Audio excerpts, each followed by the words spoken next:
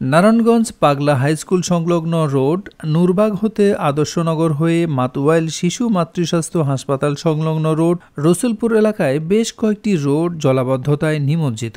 এছাড়াও পাগলা rail station থেকে তালতলা সংলগ্ন রোডটির অবস্থা বেহাল দশায় পরিণত হয়েছে। দ্রুত এসব রাস্তাগুলোর সাথে থাকা খাল খনন, ড্রেনেজ নিষ্কাশন ও রাস্তা মেরামত করা প্রয়োজন। কুতুবপুরের প্রায় প্রতিটি ওয়ার্ডে এই জনদুর্ভোগের সমস্যা রয়েছে।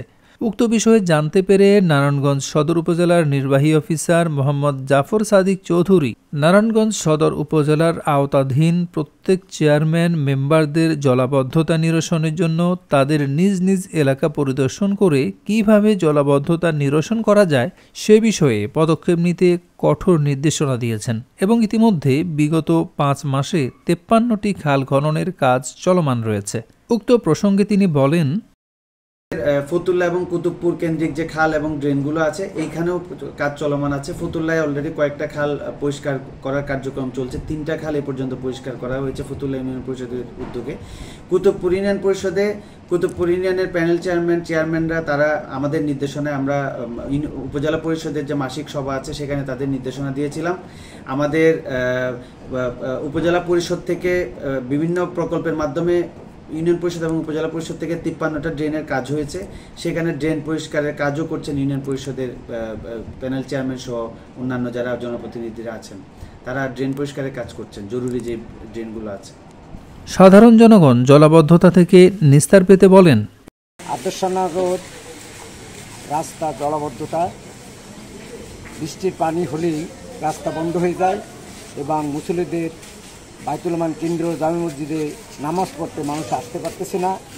আমাদের রাস্তাটি দীর্ঘদিন ধরে জলাবদ্ধতা আছে।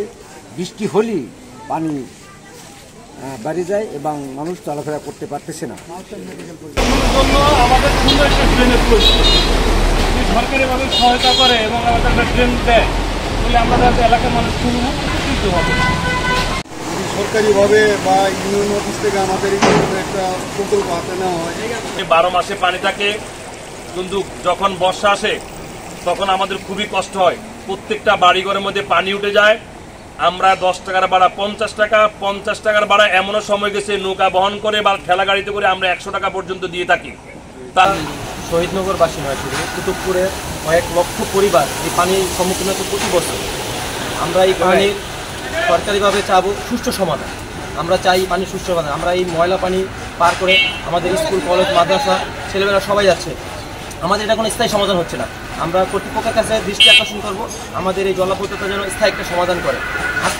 বিষয়ে নারায়ণগঞ্জ সদর উপজেলার নির্বাহী অফিসার মোহাম্মদ জাফর সাদিক চৌধুরীর নির্দেশনা অনুযায়ী কুতুবপুর ইউনিয়ন পরিষদ চেয়ারম্যান আলহাজ মনিরুল ইসলাম সেন্টুর পরামর্শ অনুযায়ী প্যানেল চেয়ারম্যান অনামিকা হক প্রিয়াঙ্কা ও কুতুবপুর ইউনিয়ন 5 নং ওয়ার্ড মেম্বার বাবুল মিয়া তাদের নিজ নিজ ওয়ার্ডে জলাবদ্ধ রাস্তাগুলোর খাল খনন, ড্রেনেজ নিষ্কাশন ও রাস্তার উন্নয়ন কিভাবে করা যায় সেজন্য পরিদর্শন করছেন প্রতিনিয়ত।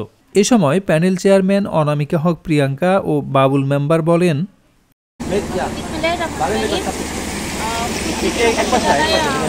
আমার অঞ্চলের অঞ্চল থেকে অসংখ্য ধন্যবাদ।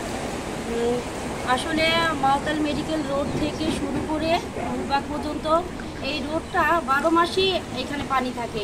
বর্ষার মৌসুমে বলার কোনো বাহুল্যতা রাখে না, কারণ বর্ষার মৌসুমে ওনাদের চলাচল ব্যবস্থাটাই বন্ধ হয়ে যায়।